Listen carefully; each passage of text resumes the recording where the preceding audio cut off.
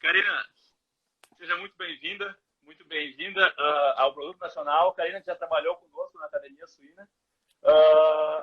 Me conta aí, Karina, te apresenta e depois me fala um pouquinho desse seu trabalho aí, publicado numa revista que eu estava checando aqui hoje, Fator de Impacto 4.2, um fator de impacto super alto. Pessoal, para quem não sabe o que é o fator de impacto de uma revista, é quantas vezes esse artigo vai ser citado por um outro artigo. Então, 4.2 significa que cada artigo que publicar nessa revista, ele vai ser citado em média por outros 4 artigos, é um número super alto. Nas revistas em médias brasileiras não chegam a 1, e algumas revistas como o Journal of Animal Science chegam a 1.5, 1.6. Karina, seja muito bem-vinda ao Produto Nacional. Obrigada, Jamil. Obrigado pelo convite. É sempre uma honra fazer parte dos eventos que vocês promovem, né? De tudo que conteúdo científico, todos os conteúdos que vocês... se eu sei do empenho, né, que vocês têm para estar disponibilizando isso para as pessoas, então muito obrigada. Bom, eu vi aqui que tem uns conhecidos, né? Para os que não me conhecem, o meu nome é Karina Sonalho, eu sou médica veterinária formada pela Universidade Federal de Uberlândia, né?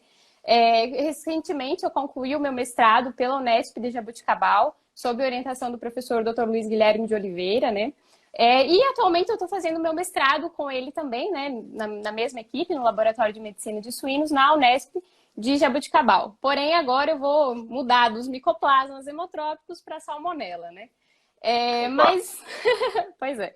Então, aqui o convite foi para que eu conversasse um pouquinho sobre o artigo, né, que foi, como o Jamil comentou, ele foi publicado recentemente, ele foi publicado em julho, agora de 2020, eu finalizei o mestrado em março, graças a Deus nós conseguimos publicar aí num período de 6 meses, então foi muito bom.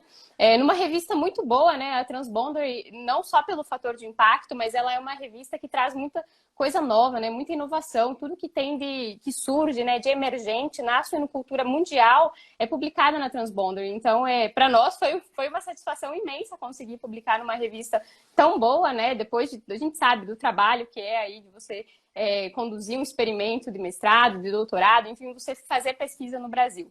Então, eu vou falar um pouquinho... Diga. Uma coisinha, Karina, até eu vou te fazer uma pergunta antes de tu falar. Primeiro, eu quero agradecer, obviamente, a todo mundo que está entrando aí do Produto Nacional do Suinocast e agradecer também as marcas que nos ajudam a sustentar esse projeto, que é a Everypig e a MSD Saúde Animal. E, Karina, é normal a gente ver trabalhos na Transboundary falando de rebanhos brasileiros? Não, assim... Pelo meu conhecimento, pelo que eu vejo de trabalhos na Transboundary, não. São poucos os trabalhos publicados falando da situação sanitária no Brasil. Então, assim, a gente teve, né, trabalhos, por exemplo, do Sêneca, de PCV, esses outros trabalhos, mas são doenças mais importantes. Tanto que, por isso que eu falo que eu fiquei muito feliz com essa publicação, porque, assim, micoplasma hemotrópico, ninguém fala muito, sabe? Ninguém acha que não existe. Não tem. No Brasil não tem. Para que vai preocupar com isso? Aí a gente faz os trabalhos, aí a gente mostra que tem 70% praticamente de ocorrência, né, em animal de terminação, animal de granja intensiva, né, de suinocultura intensiva, e a 80% também em matrizes, né, que foi um trabalho até que eu vou contar como surgiu a ideia, né, de ver a diversidade, enfim, que foi um trabalho publicado pelo nosso grupo, né, eu faço parte também junto com o Igor, que foi ele quem liderou essa pesquisa. Então, por isso que é muito importante, assim, a gente mostrar tudo o que está acontecendo, principalmente para nós no Brasil, né? O Brasil é o 4º maior produtor, gente, não tinha que ter muita publicação brasileira lá, porque a gente sabe que as questões, assim, de pesquisa no Brasil são complicadas. A gente sabe que a gente não tem muito recurso. Por exemplo, trabalhar com parte molecular é muito caro também, né? A gente demanda de equipamentos, a gente não tem o equipamento. Não só molecular, mas assim, o custo da pesquisa no Brasil ele é alto. E a gente não tem financiamento. É muito difícil a gente ter um financiamento que seja capaz de cobrir o custo todo da pesquisa, né? Então, a gente sabe das dificuldades e por isso que é muito bom quando a gente vê artigos publicados, independente de ser de grupo, ser de conhecido ou não, mas de ser do Brasil. Porque o Brasil representa aí uma grande parte da suinocultura brasileira, né? De exportação, produção, aliás, da suinocultura mundial, né? Então, isso é muito importante. Karina, para aqueles que não conhecem, que é um micoplasma hemotrópico? Um micoplasma hemotrópico, assim como eu, quando o professor Luiz Guilherme veio me falar de micoplasma, eu falei, claro, micoplasma e o pneumone, óbvio, claro que eu vou trabalhar.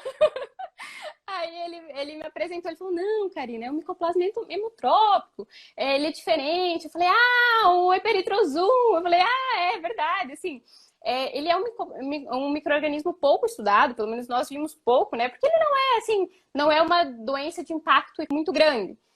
Então, os micoplasmas hemotrópicos acreditava-se, né, inicialmente, que existia apenas o micoplasma suis, que era o antigo eperitrozom suis, que era associado, então, à doença e à eperitrozoonose, né, como muitos conhecem. Hoje em dia, ela já é mais conhecida como hemoplasmose ou anemia infecciosa dos suínos. Entretanto, recentemente, assim, a partir de 2010, outros 2 micoplasmas micoplasmas hemotrópicos foram associados, então, à produção de suínos, que é o micoplasma parvo, que é o que a gente vai falar mais no meu trabalho, e o micoplasma hemosus também, que ele é super recente, ele foi descrito agora pela primeira vez em 2017. Então, se eu não estou enganada, tem apenas 3 trabalhos que falam de micoplasma hemosus. E ele, assim, um pouquinho diferente do micoplasma suis e parvo, esse hemosus, ele está mais associado a lesões de pele, enquanto o micoplasma suis está mais associado à anemia, e o micoplasma parvo, até então, acredita-se que ele é apatogênico. Então, por isso que às vezes a gente questiona, mas é micoplasma parvo, não tem problema, não vai causar nada. Tá, beleza, mas eu sequenciei 5 amostras das 310. E quem me garante que não tem micoplasma suis? Ou até mesmo esse novo, né, que foi descrito, micoplasma hemosus, ele nunca foi descrito no Brasil ainda.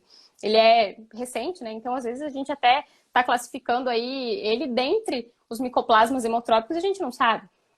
Então, falando um pouquinho da literatura, já vou puxar aí para o trabalho, né, para dar um background para todo mundo que está ouvindo aqui. Então, os micoplasmas, como eu comentei, os micoplasmas de suíno são esses 3, o micoplasma suis, que ele foi descrito lá em 1932, o micoplasma parvo, que ele foi relatado pela primeira vez em 1950, ou seja, assim, é relativamente recente, né? E esse mais novo, que é o hemosus, que foi descrito em 2017. Como eu comentei, eles, na verdade, eles são micro-organismos que eles se aderem à membrana, à estrutura celular da hemácia. Então, a membrana da hemácia. Eles se aderem, né? O micoplasma suis sabe-se que uma quantidade maior de micro-organismos se adere à hemácia, né? E pode estar associado ou não à patogenicidade, a gente não sabe isso muito bem. Então, eles se aderem aí à estrutura da hemácia. Vai ter uma série de transformações, a gente poderia ficar discutindo sobre isso também, mas não é o caso, né? Desencadeia uma série de fatores aí, e aí induz essa célula à eriptose. Então, essa célula, ela é induzida a uma morte celular programada, né? Que seria no caso tratando-se de células vermelhas, né? Então, seria a eriptose, diferente da apoptose. Para vocês, está aparecendo normal? Vocês estão conseguindo me ouvir? Eu acho que deu uma travada aqui. Ficou um pouquinho mais escuro na tela. Eu não sei o que eu fiz aqui, enfim. Vamos ver se eu consigo voltar. Como é que tá de bateria? Opa! Deu certo? Voltou? Agora sim. Segue um pouquinho escuro, mas pode seguir, Karina. A gente está te escutando bem. Não, beleza, então. Então, como eu estava comentando, ele se adere aí à membrana da hemácia, né? Vai induzir a eriptose, que vai dar origem, então, à anemia nesses suínos infectados, né? Nos animais infectados.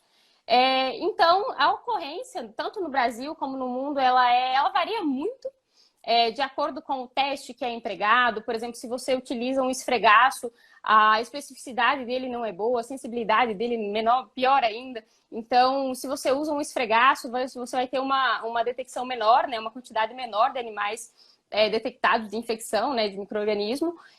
Se você utiliza, por exemplo, uma técnica de PCR convencional, você vai ter uma sensibilidade aí um pouquinho maior, mas não se compara à técnica, por exemplo, da PCR quantitativa, que foi o que nós utilizamos né, no trabalho. Então, esses são as principais formas de diagnóstico. E aí, como eu comentei, a ocorrência, ela varia muito de acordo com o tipo do teste que foi empregado, com a fase de crescimento desse animal, com a idade desse animal. A gente até tem um trabalho que vai ser publicado, penso eu que nas próximas 2 semanas, que a gente consegue, então, comprovar que os animais, eles tornam-se positivos ao longo da vida. Então, nós realizamos um trabalho aí, e a gente observou que no início da terminação, na entrada da terminação, aí com 60, 75 dias, os animais apresentavam uma ocorrência aí de micoplasmas hemotrópicos de 59%. Aí, quando a gente fez a avaliação novamente, lá no momento do abate, a gente observou uma ocorrência de 95%. Então, a gente consegue, e é um período muito curto, né? Quando a gente pensa em terminação, o animal ali que ele ficou praticamente 100 dias na fase de crescimento e terminação. Então, já é conhecido, né? A gente falava, especulava muito a respeito disso, mas agora a gente pôde observar mesmo, né, com comprovação científica, de que os animais, eles tornam-se positivos com o decorrer da idade. Então, isso também tem impacto, né, na ocorrência. No Brasil, são poucos, assim, pensando até em nível mundial, sabe? Tem poucos trabalhos que falam sobre micoplasmas hemotrópicos em suínos. Eu acho que se você der uma busca aí no PubMed, vai ser em torno de 80, 100 trabalhos no máximo. Então, a nível mundial é muito pouco. No Brasil, a gente tem o quê? Eu acho que uns 8 a 10 trabalhos que falam sobre micoplasmas hemotrópicos em suínos. Então, é muito pouco subestimado, né, essa infecção. Então, a gente observou, né, tem trabalhos até do grupo do meu co-orientador, do professor Marcos, que eles já vêm estudando os micro-organismos os hemotrópicos, né, de forma geral, e eles estudaram também micoplasma suis, parvum, né, e eles observaram uma prevalência aí de 76%, porém em animais não tecnificados. Então, aí que veio começar, que veio a discussão, né? Peraí, mas se em não tecnificado tá alta assim, a gente espera que em animais tecnificados, com uma biosseguridade maior aí, a ocorrência seja menor, né? Então, não foi o que nós observamos, né, com esse trabalho do Igor. A gente viu aí que matrizes tinham 79% de ocorrência de micoplasmas, matrizes de descarte são matrizes de produção intensiva, né? Então, aí já surgiu aquela red flag, né? Tipo, peraí, falava que não tem, agora tá com 80% de ocorrência? Como assim? Né? Aí que veio a questão, então, que a gente começou a pensar a respeito disso. Nesse trabalho, nós observamos que existiam 2. Foi a primeira detecção do micoplasma parvo. Aí que veio a ideia de, peraí, se tem 2 aqui, então não é só o SUS, igual todo mundo pensava, né? Aí que veio a ideia, se tinha 2, dentre todas as amostras que foram sequenciadas, nesse trabalho do Igor, nós não conseguimos provar a co-infecção. Porém, como a gente viu que existiam tanto o SUS quanto o parvo, né, nessas amostras que foram sequenciadas, a gente pensou, não, peraí, então tá circulando os 2, vamos fazer um trabalho de diversidade, né? Porque não tem. Até se você pesquisar na internet, assim, não tem trabalho sobre diversidade de hemoplasmas em suínos. Nenhum no mundo. Até tem um do Japão, assim, que ele fala brevemente, mas não fez muitas análises, sabe? Então, foi algo que nós falamos, peraí, vamos ver o que está acontecendo aqui, né? Então, esse foi o objetivo do trabalho, de ver a ocorrência em animais de produção intensiva, né? Animais tecnificados, aí, de uma região produtora muito boa, né? Muito representativa na suinicultura brasileira, que é o estado de Goiás, a região de Rio Verde, né? Que é uma das maiores cidades produtoras ali, região, enfim. E pensando, então, também associando com a diversidade genética. A gente queria saber se realmente tinha só o micoplasma suis, era só o parvo, ou se tinha os 2, ou se tinha diferença de genótipo, que foi o que nós acabamos encontrando nesse trabalho, né? Então, esse foi o objetivo, assim, de forma mais breve.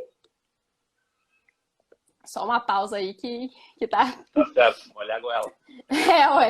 Então, falando um pouquinho sobre material e métodos do artigo, né?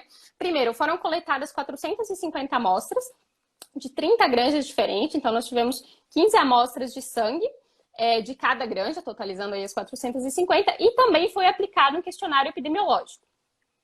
Nesse questionário eram 27 questões, né, mais associadas aí à biosseguridade e possíveis fatores de risco que poderiam estar associados, então, à ocorrência da hemoplasmose e dos micoplasmas hemotrópicos nessas granjas, né, de produção intensiva.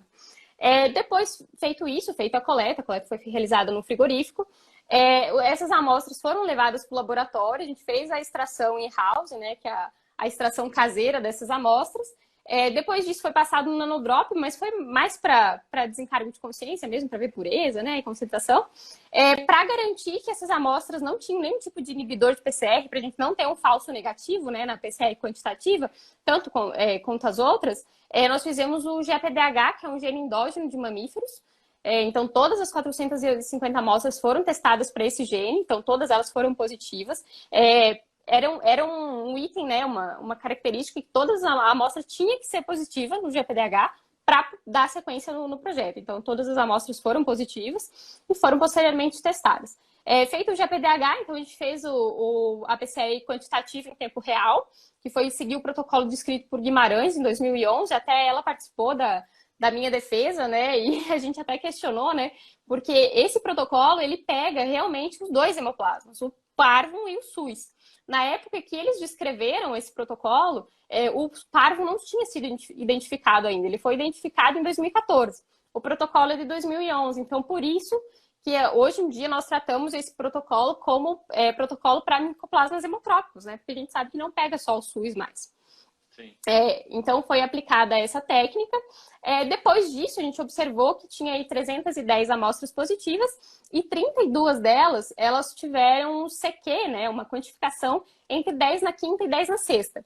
Como a gente já tinha o trabalho do Igor, essas amostras, a chance delas serem detectadas na PCR convencional era muito maior. Então, nós selecionamos essas 32 amostras para fazer a PCR convencional do 16S, do gene 16S para micoplasmas, e também para o 23S também para micoplasma. Porque aí a gente conseguia ver a diversidade genética dentro desses dois genes, né? O 23S, que é um pouco menos conservado, e o 16S, que é um pouco mais conservado.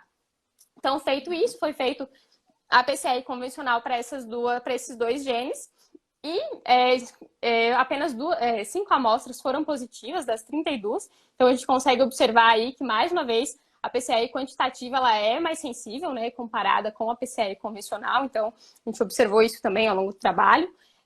E foi feito também a clonagem dessas 5 amostras para obter, então, os clones, para a gente ver aí a diversidade de genótipos na mesma espécie, mas a diversidade de genótipos. Então, após o sequenciamento, foi realizado também as análises de filogenia, análise de diversidade genotípica, e de forma geral foi mais ou menos isso. E aí teve análise estatística também, né? Que a gente. Lembra que eu comentei do questionário epidemiológico? Então, a gente fez análise de associação aí para ver o que poderia estar associado ou não à ocorrência de micoplasma hemotrópico em suínos aí da região de Goiás. Então, como os resultados? A ocorrência, nós tivemos aí 310 amostras positivas.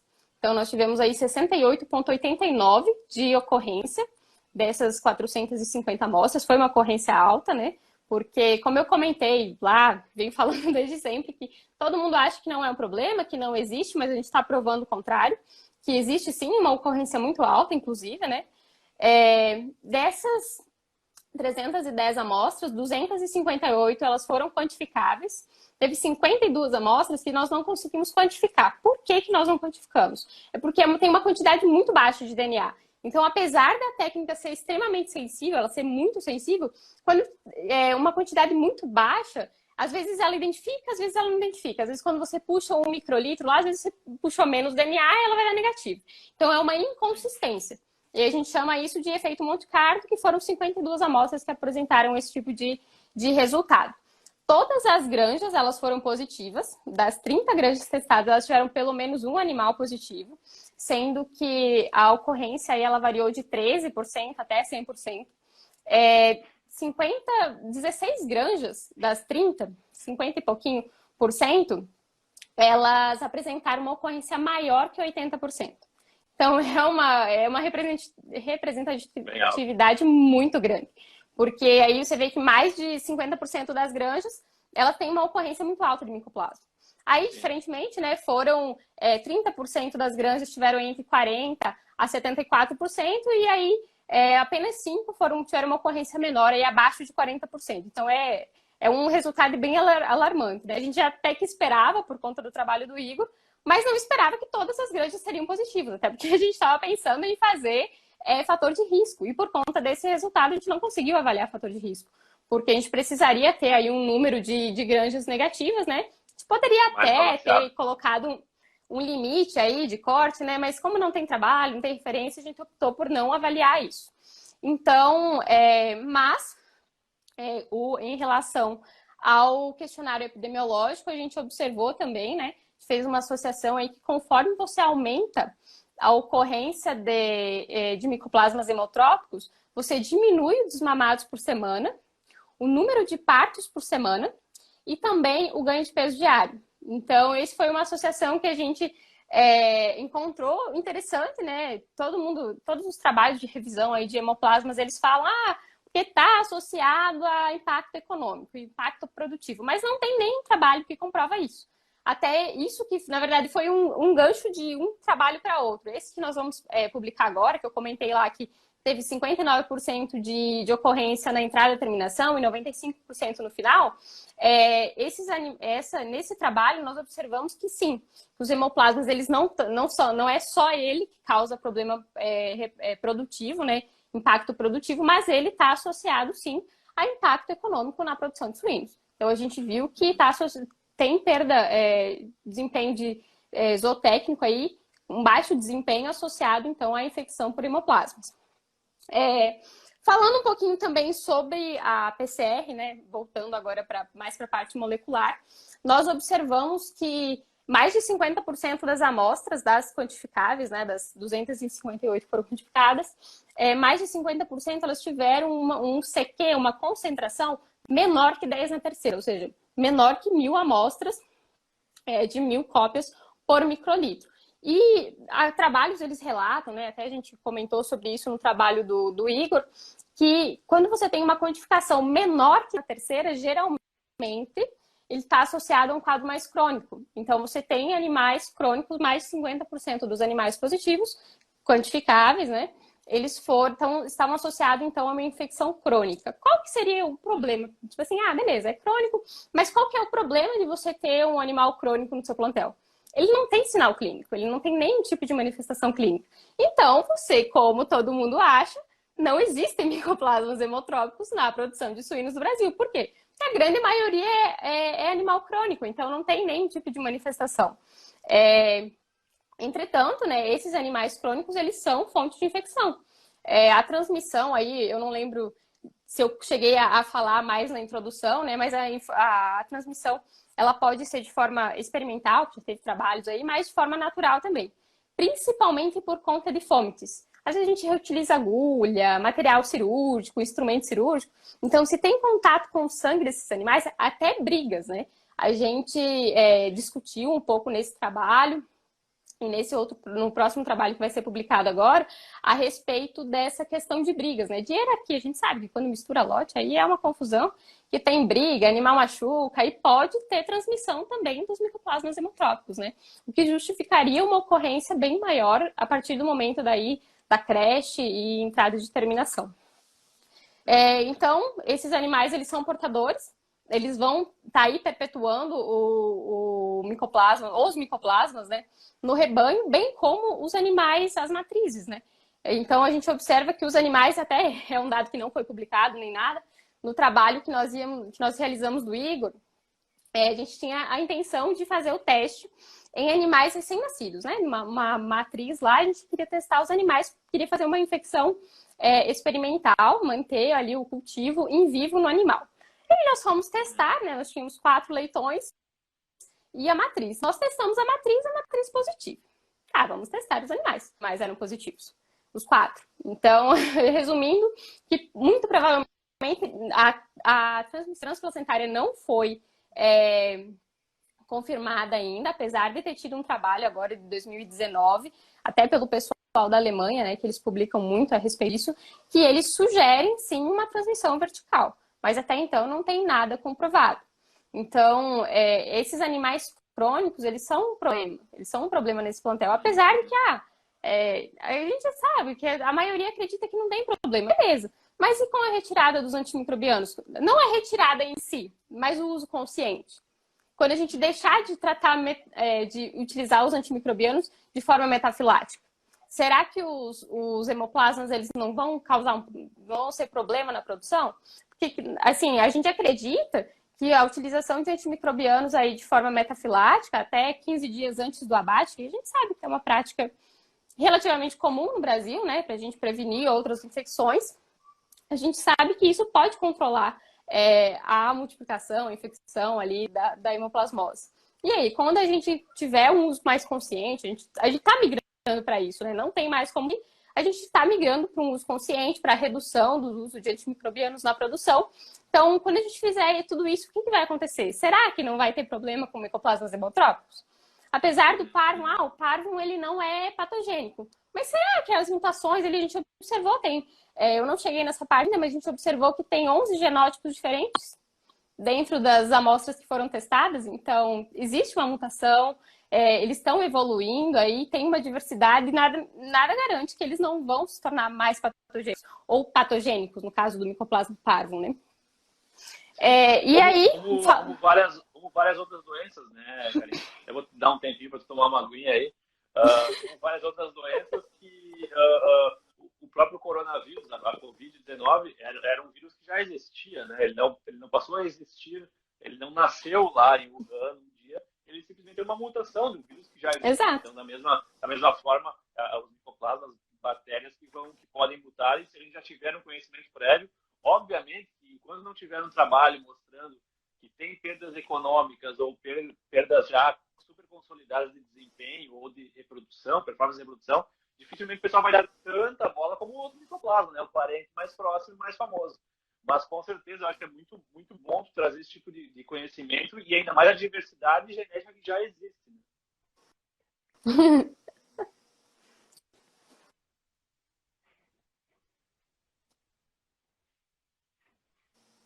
Exatamente. Então, como eu estava comentando, todo o trabalho falando sobre DEI, a gente não tem nenhum trabalho relatando isso. Então, nós decidimos fazer avaliar mais conservado, né? E aí a gente observou que tinha uma diversidade genotípica aí, foram observados 7 genótipos. Porém, quando a gente jogava no BLAST, para você ver a similaridade, identidade com outras sequências que já tinham sido depositadas, né? A gente observou que ele ficava muito próximo aí de parvo, SUS, você não sabia direito o que era, sabe? Você não conseguia diferenciar a espécie pelo 16S. Aí, então, nós resolvemos fazer o 23S, que ele é um pouco menos conservado, então a gente conseguiu diferenciar as espécies melhor, com a utilização do 23S e do 16S. Então, por exemplo, nos resultados do BLAST, a gente observou aí uma identidade de 90% a 94%, falando de 16S e 23S. A gente teve aí uma identidade de 90% a 94% com micoplasma suis e acima de 99% de identidade com parvo. E aí tem um trabalho, né, que a gente usou, até cita lá no artigo, que acima de 97% de identidade é considerada a mesma espécie. Então, a partir disso que nós pensamos, antes mesmo de fazer a filogenia, né?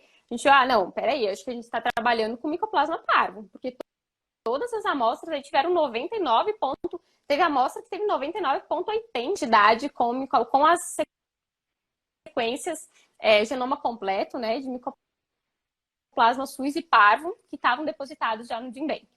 Então, a gente fez a filogenia tanto a bayesiana como a verossimilhança.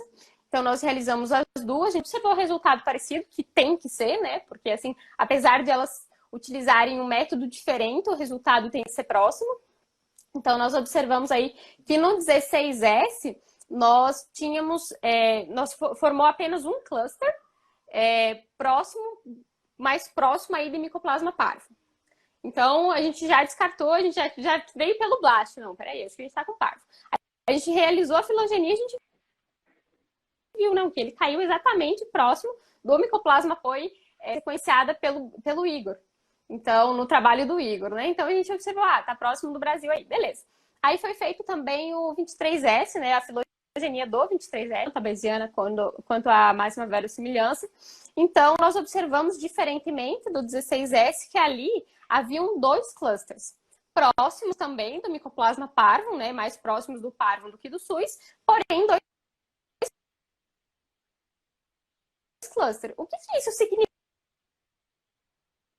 significa? Tipo assim, qual que é a importância disso? Muito provavelmente a gente acredita duas cepas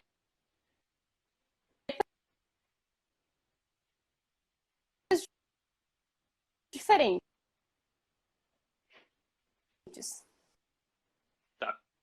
Tá cortando um pouquinho teu áudio, Travou? Karina. Agora acho que voltou. Agora voltou. Já. Isso. Voltou. Vocês acreditam Agora que são voltou, duas né? cepas Eu diferentes, é percebi isso? que tinha travado aqui. Eu já até acredita como são dois clusters diferentes, né? Que a gente teve no 23S, a gente acredita que então são duas cepas diferentes de Mycoplasma parvo. A partir disso, né, foi feita a análise de genótipo, diversidade genotípica, então, dessas sequências. Do 16S, nós conseguimos obter 22 sequências, 5 amostras, aquelas que eu comentei, né, das 32, aí a gente conseguiu apenas 5 positivas na PCI convencional, então, essas 5 nós conseguimos 22 clones para o 16S. Esses 22 clones nós observamos que tinham 7 genótipos diferentes, e teve um genótipo que ele estava presente em 80% das amostras.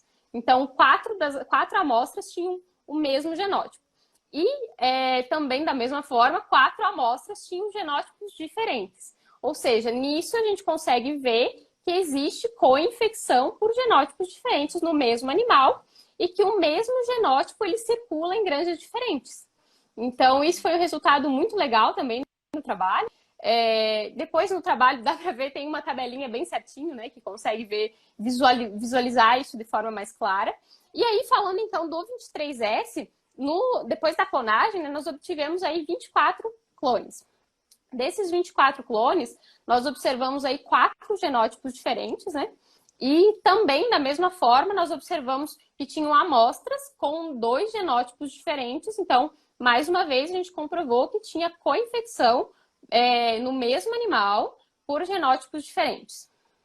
E também o mesmo genótipo estava presente em diferentes animais, sugerindo então aí que o mesmo genótipo está circulando em diferentes grandes. Então a gente pode partir mais para a conclusão agora, né? Nós observamos aí que foram 11 genótipos diferentes, considerando aí o 16S e o 23S, né? Então foram 11 genótipos diferentes, uma ocorrência alta em animais de produção intensiva de 68,89, praticamente 70% de ocorrência. E, além disso, a gente observou aí que pode ter alguma associação com perda produtiva, né? Com desempenho zootécnico. No outro trabalho a gente viu isso melhor, mas isso já sugere que realmente eles não são a causa exclusiva, né, dessas perdas, porém eles estão associados sim. Então, esses são os principais pontos aí que a gente levantou com esse trabalho. Mas aí, assim, Jamil, eu mesma questiono a respeito das 310 amostras, nós tivemos aí o Mycoplasma parvo todas as 46 clones, certo? Mas o que me garante que não tem Mycoplasma suis circulando? Porque a gente já comprovou que existe sim os 2 circulando no Brasil. Não nesse trabalho, mas existem 2. Então a gente não pode dizer de forma alguma que é apenas ou que o Mycoplasma parvo ele é o mais prevalente. A gente não pode falar isso, né? Apesar de que a gente está detectando ele com uma frequência maior do que o SUS, até nesse próximo trabalho que será publicado agora, nós também fizemos o sequenciamento aí de 5 amostras, 4 delas tiveram identificação com Mycoplasma parvo e uma com SUS. Então, mais uma vez, a gente vê que tem os 2 circulando aí. A gente consegue dizer o que é mais prevalente que o quê. Mas como você citou aí a questão de mutação, né, de variabilidade, a gente não sabe quando que um Mycoplasma parvo aí que tem, ou, enfim, micoplasmas hemotrópicos de suínos, eles estão aí numa ocorrência muito alta, a gente não sabe quando vão ter uma mutação e realmente começar a causar problema na produção. Então, é algo para ficar atento, sabe? Sim. Então, esse seria o intuito principal do trabalho. Claro. Não, perfeito. Perfeito, Karina. Pessoal, tiverem alguma dúvida para a Karina, podem escrever perguntas aí. Enquanto não chegam perguntas, teve muita gente se parabenizando aqui, a Luísa, a Iana, teve o Eduardo Caetano, o Matias mandou também, que está lá em Rio Verde, Goiás, lá onde coletou as amostras. Karina, que legal. A minha pergunta para ti, a minha pergunta para ti é se foi feito avaliações hematológicas nos animais positivos. Não digo no teu trabalho, mas o que causa de alterações hematológicas? Não foi feito. Ô, Jamil, no nosso trabalho não foi realizado, né? Mas a gente observa aí de forma geral, né? Que tem uma diminuição aí na quantidade de eritrócitos, né? De células vermelhas. E também é legal que nas análises hematológicas dá para observar muito bem quando você tem a infecção por micoplasmas, principalmente o SUS, né? Que está mais associado aí à anemia. Então, a gente observa muito bem que conforme tem adesão desse micro-organismo na parede celular da hemácia, na membrana, né, a gente consegue observar que ela vai deformando e ela vai ser eliminada. Então, a principal alteração aí hematológica é, de fato, a anemia. Para micoplasma SUS, né? Então, para parvo, a gente não... Até então, acredita-se que ele é apatogênico, apesar dele estar presente aí nas células, né? Mas até então ele é patogênico. E o hemoSUS pouco se sabe até então. Não teve nenhuma análise hematológica com relação a ele. Mas sim, elas foram mais descritas com o micoplasma SUS. Que, inclusive, ô Jamil, um dado legal é que o micoplasma SUS ele pode ser intracelular. Tem um trabalho que mostra que ele possui essa capacidade de invadir a célula, né? E aí, de fato, ele evade aí a ação do sistema imune e pode perpetuar ainda mais no rebanho. Certo. Não, excelente, Karina. O Fernando Petri aqui que mandou parabéns também. Pode falar. Não, eu ia parabenizar ele também, porque o trabalho esse que eu estou comentando aí do impacto produtivo foi o que nós realizamos aí de autoria dele também. Então, legal. Ele está por dentro dos hemoplasmas. Boa, Fernando, boa. A Eduardo Oliveira também que mandou uns parabéns. Eu agradeço aí todo mundo que participou, pessoal. Eu agradeço muito a Karina pela presença. A gente vai disponibilizar o artigo da Karina nos nossos grupos de WhatsApp e Telegram. Então, se tu não está participando dos nossos grupos, pode mandar uma mensagem aqui pelo Instagram do Sinocast, mesmo a gente te adiciona. E agradecer as marcas que colam do produto nacional, que é a Everpig e a MSD Saúde Animal, que trazem essa ideia de trazer pesquisadores brasileiros, porque não é só a pesquisa de fora do país que importa, e assim como a pesquisa da Karina, o negócio é a gente cada vez mais, além dos resultados, entender toda essa metodologia, né? A gente vai ter o artigo da Karina, tem toda essa metodologia de entender como se faz a diversificação genética, né? É um método complexo, mas assim, a gente tem um artigo escrito por brasileiros que foi publicado numa revista de renome internacional. Karina, muito obrigado novamente.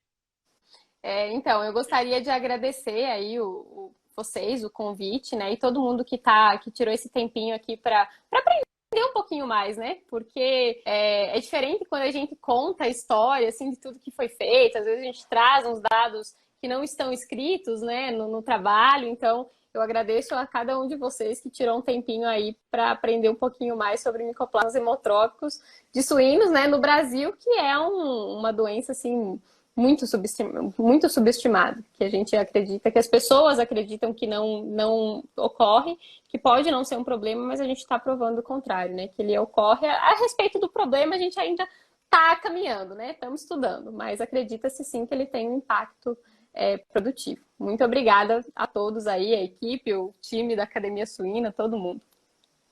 Perfeito. Obrigado, Karina. Obrigado a todo mundo aí. É melhor, é até mais fácil do que ler o artigo todo em inglês. A live do Produto Nacional, que se não quer, em 30 minutinhos a gente disseca e digere a ciência. Pessoal, uma boa noite a todos. Fiquem bem. Até mais. Boa noite, gente.